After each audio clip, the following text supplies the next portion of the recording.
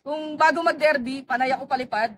Pag derby na, baliktad na naman. Hindi na naman ako nagpapalipad yan. Local brand kasi, bakit local brand? Convenient sa atin kahit isang poultry na bibili. Or isang example yung super...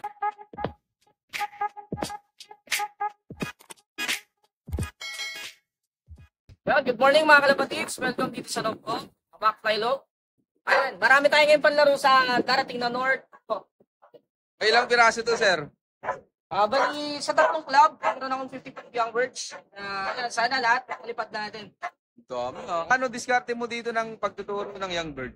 Tulad pa rin dati, so, inakit ko na sila dito galing sa breeding cage or breeding no. Mga 1 month sila, tinitipan ko yung pakpak, tig-tatlo. E hayaan ko lang lumabas, pitik-pitik lang sumbong, pero hindi yan lilipad.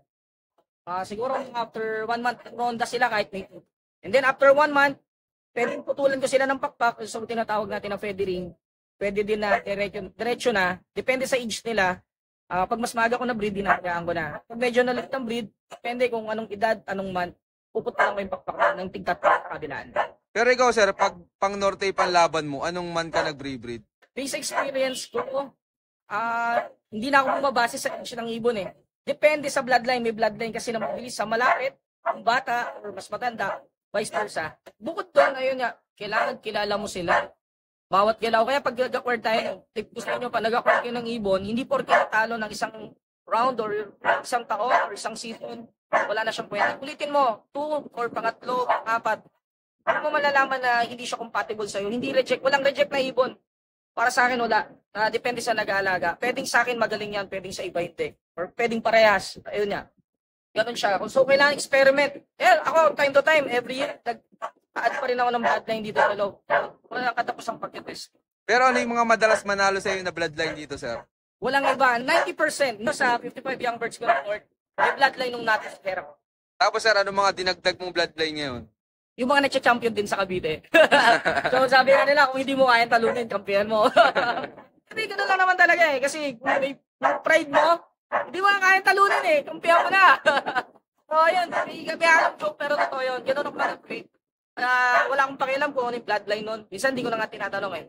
Ang inihingi ko sa pagkukuha ko sa ibang loob, yung inihingi ko dyan, ano yung winning line mo. And then the rest is yung ano yung history na nun. Ayun na, siguro lately, pag nakita kong magandang din sa akin yung ibon, doon ko palang kukunin yung bloodline. Maraming salamat, sir. Ayan, sir, pwede palang malaman ano yung mga latest achievements mo nitong mga katatapos lang na karera. Pinapangarap ko na Tacloban Clacker nakakuha ko na. And then, second overall champion tayo. Kinaganda pa doon, yung second overall champion ko, kapatid yun na nag-first overall champion ko nung newbie ako. So, from newbie, ngayon na medyo marunong na talaga, ayan, nakuha natin, may magandang achievement. Yes. Yun, congrats kay sir. Sir, nandito pa yung ibon na yun, yung nanalo mo. Yung first overall, actually, nandito pa. Pakita ko sa'yo. Ito, papakita niya mga kalapatids yung nanalo niyang ibon. So, ito yung first overall champion natin, 2016. Young bird, North, Cabcom. So, yung time na to, yung pinakamalakas ang Cabcom that time sa club sa Cavite. So, tingnan niyo yung ibon ko. Sobrang tanda. Tondon. Ito yung pinakang unang mong achievements. Hindi. Meron pang nauna. Sila natos ang nauna eh. Ayan. So, ito. Kapatid to, sibling to nung recently na nagnanalo natin itong South. Anong bloodline na to, sir? Peter C. So, pinaka-base nito is galing kay Norman Albuleras. Isa rin ang pinaka-idol sa Cavite. So, tulad na sabi ko kanina, kumuha ko ng ibon sa mga champion. Ang best lap na nakuha nito, first overall to ng Tugigaraw at 4th place to ng Santa Ana. So mga kalapatid, so talagang kinip mo pa rin sa look mo yan, no? Hindi. Sobrang tanda nga, wala nang singsing, oh. Oo nga, oh. Wala na, pinutulan natin, ayan. Anong balak mo na dyan? Minsan nag-iitlog pa siya, pero nandito na to. Nagawa na lang, ano yung gusto niya dyan. Every year naman, hindi ako nag-aalis yung mga winning team ko eh. Kahit madalas sila yung unang sumisemplang, hindi pinali sa team kasi alam kong nanalo na ng previous yun eh. Yun nga yung sinasabi na yung old lines, huwag mo nga alisin sa team. So nagdadagdag ako pero basically nandun pa rin yung lupa. So ito yung second overall top. Ito naman yung second overall mga kalapatids. Ito. Kita nyo naman, di ba? Halos parehas sa parehas. Parang pinabata lang. Ayun, second overall champion. Ayan. CFL nilaro to. Ayan siya. Ilang points yan, sir? Nabutas lang to ng Santa Magdalena. Hard race din nun. Pero magandang pauwi ko noon that time kasi Ang mapauwi ko nun, puro inbreed, cross ang inbreed. Ayun, pinakamagandang highlight ng race ko, 50% ang nilaro ko ng South is inbreed, cross ng inbreed. 5 times inbreed, 6 times inbreed, 4 times, 2 times, pinag-halo-halo ko yun. So mga kalapatid, so Bali, second overall champion siya, kasi butas nga to ng Santa Magdalena. Pero ang inaganda sa ibon na to, tignan mo ang pakpak niya, wala pang palit. oo nga, bata po, ano. Niload ko na ng first lap, umiiyak pa. Ayan siya. Kaya sa South talaga, kahit bata, ano, o talaga nasa bloodline, ano. Nasa bloodline, sa pag-aalaga natin, syempre, kung para sa atin talaga yung panalo. Kaya congrats yun sa nag-first overall champion. Para sa kanya, ako to super billionaire yun. Lahat kami sa CFL second day, walang nag-pluck ng daybird. So, lahat kami doon second day bird. Ako yung una nag-pluck sa young bird, pero ayun, naging third place, bandang uli. Nasipa. Sipa siya. Sir, gaano ka kasi nung dumating yan, nung galing last lap? Bilang pansier, no, lalo akong dito sa Cavite, ibibigay sa akin yung nakapagpalak ng Tacloban. I think mabibigyan ko 1 to 20 ka, ganun lang karami. Per kada tao sobrang saya kasi nakasali na ako dun Isa na ako dun sa nakapalak. So sobrang masaya talaga. Saka yung season kasi na to, sabi ko hindi umuulan. Sabi ko, kung dati nakakapag lagi kahit smash. Siguro pag good weather, sabi ko kaya na yun. So napatunayan ko, kaya nga naman. Mga kalapatid, so. Hindi, anong balak mo na dyan, sir? Gagawin mo ng breeder? Basically, hindi ko na ito ilala. Gagawin ko na itong breeder. Sir, baka may magtanong ng mga viewers natin mag-out ka ba ng mga ka-bloodline ba nan? Nag-out ako ng ibon. Kasi yung, kita nyo sa dami ng ibon na panlaro natin ng North, ayan, kinukuha ko rin sa ibon yung panggasto. Ito din naman yung tumutulong para sa pangtustos nila sa everything nila. Vitamin, ayan, sa training.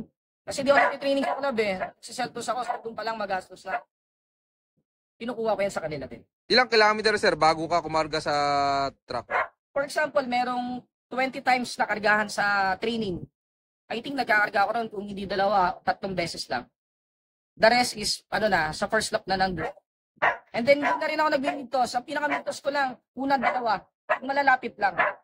And then, after noon, bigyan mo na sila ng chance na may training. Okay na yun. Kasabay na ako sa ano na talaga. Sa derby na ako nagsasakay. Pero, ayun, pag sa derby, makikita mo yan, entry ko. Kung ilan yung in-entry ko, yun ang umuwi talaga. Kaya pag gusto mong matuto regarding doon, PM nyo na lang ako. Pero sir, at tingin mo, ano yung naging advantage nung hindi ka masyado nagkakakarga sa mga training sa truck? Siguro, to be honest, marami ako na iloload sa derby. Pero, the same time, marami nang gumaya, no? Marami rin na si Zero doon. Hindi porke na hindi ako naglo-load. Ganoon din kay Scate. May mga twist na ginagawa. Isang example doon.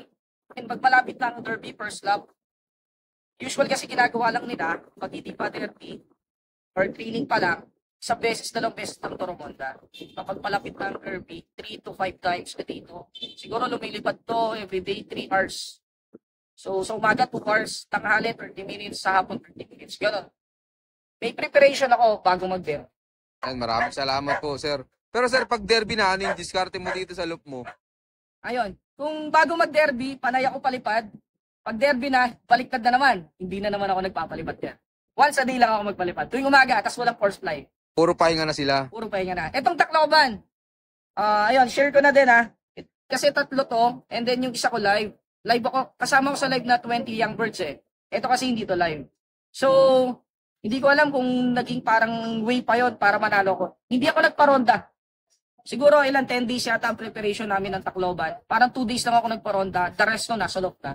Kasi yung palapati ko may halak, yung live, hindi ko napapalit. Ayoko siyang paliparin. Kapag pinapalipad ko, napapansin ko, mas nahihirapan So, pahinga sila. Pati ito nadamay. Pero kita niyo naman naging result. Congrats kay sir. Pero sir, ikaw dito, ano palang mga madalas magamit mo na supplements? Okay lang malaman. Local lang. Local brand kasi, bakit local brand? Convenient sa atin kahit isang poultry na bibili. Or isang example yung Super B12. FDI ba or LDI yung tatakton? Then hinahati ko pa sa gitna. Every loading day lang ako nagbibigay nun. Then pag umuwi ipon ko, pang salubong ko is hindi electrolytes or Belgasol, hindi ganon. Pag uwi ng ibon, binibigay ko sa kanila turmeric tea. Kasi gusto ko yung lalamunan nila. Gumanda ang pakiramdam. So pag umiinom ng turmeric, feeling ko lumalakas sila agad And after makapahinga, kakain na sila. Doon ako magbibigay nung, ayan, kung may Belgasol, kung may glucose, yun ang binibigay sa. Yung turmeric mo, sir, nilalagyan mo ng honey. Yes, turmeric with the honey. Tapos kailangan mo nagam-gam na tubig. Saka mismo, pagkababa nila, galing sa inom na ano. Naka-prepare yun, nagam-gam palagi. Oh, maganda sa ibon yun. Kasi nga sa tao, maganda na itutulong yun, oh. Oh, yun. Kasi nakanganga sila pag lumilipad eh. Nakanganga yan sila pag lumilipad, pag malayo na. Nakanganga na yan hanggang umuwi. Yan, maraming salamat po, sir. Sir, tingin mo ano yung pinakang importante sa pagkakalapati para manalo? Number one, ano tayo, kailangan masaya tayo sa hobby natin sa PTX Sports. Ayan, and then pangalawa, ang pagkatalo sa laban, lahat ng laban naman natatalo tayo, importante yon. So pag natatalo tayo, dapat may natututunan tayo palagi. Ako, lamang ang talo ko, pero lamang ang saya. Every year, nananalo naman. Pero yun, hindi naman palagi nakukuha namin yung top finish na tinatawag. Pero competitive or contender kami every year. Pero yun, dahil doon na lagi na contender, nakikita ko na sabi ko, kaya naming manalo. Pero kung aayaw kami, doon kami magiging talo. So, hindi ako tumigil hanggang sa yun. Sabi nga, huwag kang titigil hanggat hindi ka nananalo. So, ayun, muntik ulit kami manalo. Actually, hindi naman ako nanalo overall eh. Kasi second lang. So, ang achievement talaga na sa atin as sponsor is first overall eh, mga 2%. Pero for me kasi, narating ko naman na yun dati. At kaya ko naman yun sa susunod. Ayun na nga, huwag tayo susuko. Laban lang tayo ng laban. At tiwala lang tayo sa mga ibon natin. At the same time, huwag tayong makakalimot kay Lord. Ayan, siyang number 1 na nag-guide saan. Tsaka yun pa, abol natin. Maging masaya tayo sa achievement ng iba. Kasi darating yung time, magiging masaya din yan para sa panalo mo. Yun, maraming salamat po, sir. Kaya, sir, tingin mo gaano kasi sa pagkakalapati? Sobrang saya. Kung nakita mo yung live nung umuwi to, ay, ang puso ko talaga eh. Kumakalabog eh. Pero ayun, masaya talaga mag-ipon. Although ito, busy nga tayo sa trabaho, pero lagi natin, actually, inuuna ko pa to. Kaya kasi ganun kasaya ang pag-iipon. Muli, ako si Mark, yung sa Tolosario, Aka McFly, Sandas Marinas Cavite. I love this game. Yun, maraming salamat sa patuloy yung suporta, mga kalapatid. So, siyempre, maraming salamat kay sir. Ayan. Sa laging pag-welcome dito sa kanilang look. Sir, baka pala may mga gusto kang i-shoutout dyan. Una-una, shoutout kay Lord. Thank you po sa panalo namin. Then, shoutout din sa family ko and then sa misis ko na kasama ko lagi pa nagkakalap. Nakikita nila sa live yan. Shoutout sa lahat na nagkakalapatid sa Dasma at CFL family. Shoutout sa inyong lahat. Yun, shoutout sa inyo lahat. At syempre, shoutout din sa lahat ng mga patuloy na sumusuporta. At abangan nyo pa yung mga susunod kong follow visit sa iyo na keep watching and God bless you all. Thank you.